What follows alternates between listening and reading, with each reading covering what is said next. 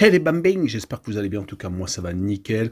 On se retrouve aujourd'hui pour une nouvelle vidéo sur la Ligue 1, la 32e journée, on arrive à la fin.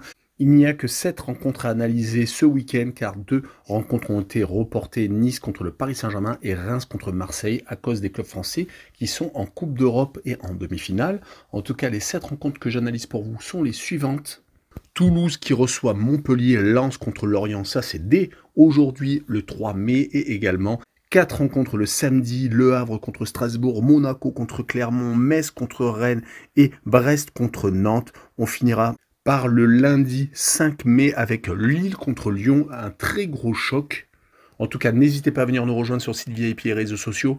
Tout est à l'écran et en description. N'hésitez surtout pas à mettre vos pronostics, vos critiques positives ou négatives et également votre pouce avec votre abonnement pour rejoindre la communauté qui a dépassé les 17 500. Merci encore. On fait une petite halte sur le classement où le Paris Saint-Germain est champion, premier avec 70 points, 12 points d'avance sur Monaco qui ne peut plus les rattraper. Troisième Brest avec 56 points, quatrième Lille avec 55 et cinquième Nice avec 51. En fin de classement, le barragiste est pour rester en Metz 16e avec 29 unités, 17e Lorient avec 26 et 18e Clermont avec 25. Cela s'est resserré en bas du classement.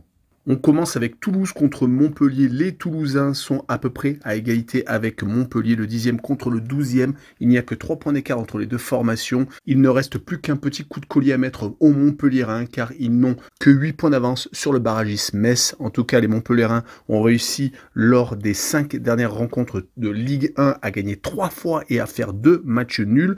Les matchs nuls contre Clermont et Nantes ont été très importants, mais c'est surtout les victoires au Havre et à Reims qui ont été pour moi décisive. Ils avaient également battu Lorient, donc quand ils jouent contre des équipes en difficulté, ils n'ont pas de pitié du côté de Toulouse.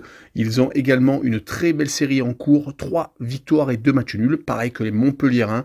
Ils ont surtout gagné les 3 fois à l'extérieur, à Clermont, à Rennes et à Lorient, et se faisant accrocher à la maison par Strasbourg et par Marseille. Mais l'essentiel est fait.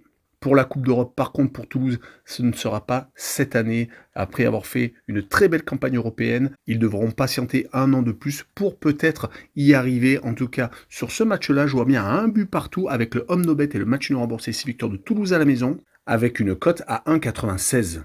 On poursuit avec Lens contre Lorient. Les Lensois sont 6e et ont malheureusement perdu leur dernier match à Marseille alors que les Lorientais sont 17e. Et ils sont pour l'instant relégables mais n'ont qu'un point de retard sur le barragiste. Mais quand on voit leurs derniers résultats, c'est plutôt inquiétant. Leurs 5 derniers matchs de Ligue 1, c'est 5 défaites. Ils viennent de perdre contre Toulouse alors qu'ils menaient 1-0. Cela vraiment montre que c'est une équipe en difficulté, même mentalement. L'arrivée de Mamba a été un très bel apport, mais malheureusement, actuellement, ça ne sert plus à rien. Du côté des Lensois, par contre, après avoir gagné contre Clermont et avoir un peu remonté la pente, car ils étaient sur une spirale négative, ils viennent de reperdre à Marseille alors qu'ils avaient égalisé et espéraient tenir le point du match nul. Mais ils sont toujours en position d'Européens, mais il va falloir faire attention car les équipes derrière sont en train de recoller, Marseille et Lyon en particulier. Mais sur ce match-là, je vois les Lensois s'imposer 3-1 avec Lens qui marque le plus de 1,5 buts sur le match et une cote à 1,51. On enchaîne avec Le Havre contre Strasbourg. Les Havrais sont en difficulté. Ils sont actuellement juste au-dessus de la barre de barragiste. Ils sont même à égalité au niveau du goal average, mais avec un goal average de moins 11, alors que les Messins ont un goal average de moins 19.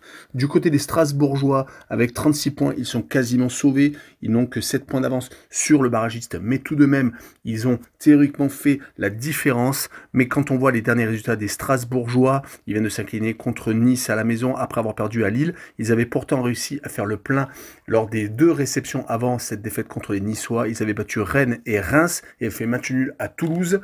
Donc c'est une équipe Strasbourg qui est capable de tout. Du côté des Havrais, par contre, c'est la chute libre. Pour remonter à une victoire des Havrais, il faut remonter à une réception de Toulouse. C'était le 10 mars. Depuis, malheureusement, ils ont enchaîné 6 matchs consécutifs sans victoire, 4 défaites et 2 matchs nuls, dont beaucoup à la maison. Les 3 dernières défaites ont été contre Montpellier, Nantes et Metz, donc toutes lors de réception.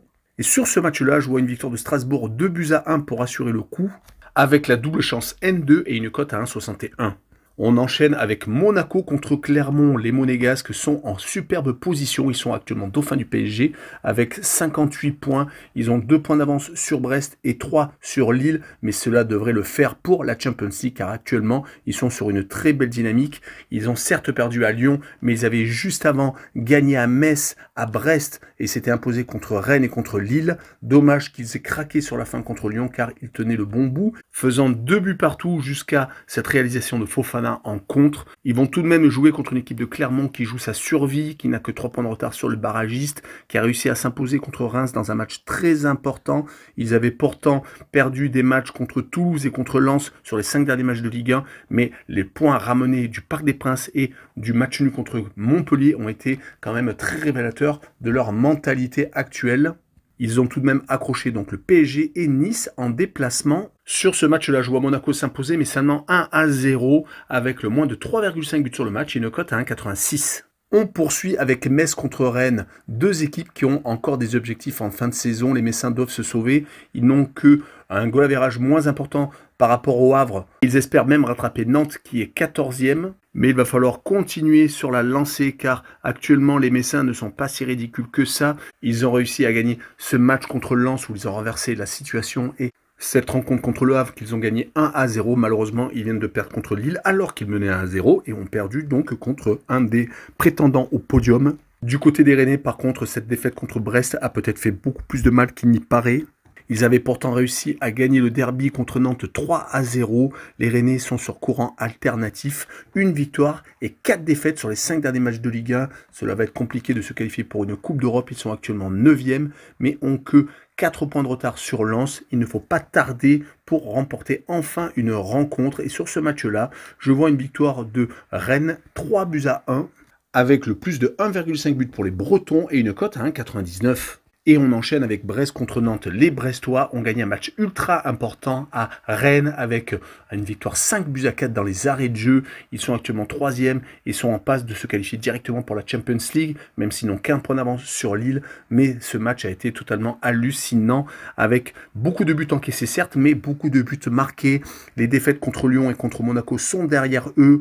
Ils vont plutôt se rappeler de ces victoires contre Lorient, contre Metz et donc contre Rennes pour voir vers le haut. Et ils vont jouer contre des Nantais qui luttent pour ne pas descendre, qui ont que 3 points d'avance sur la zone de barrage et bien entendu avec 4 points d'avance sur la zone de relégation. Ils viennent de faire match nul à Montpellier, un point très important pris alors qu'ils venaient de perdre 3-0 à la maison contre Rennes, mais ils sont franchement très intéressants à l'extérieur ayant gagné à Nice et au Havre ayant fait match nul à Montpellier. Sur ce match-là, je vois quand même Brest s'imposer 2-1 car les Brestois sont vraiment euphoriques. Et je vois donc le 3e du classement marquer le plus de 1,5 but avec une cote assez intéressante à 1,95.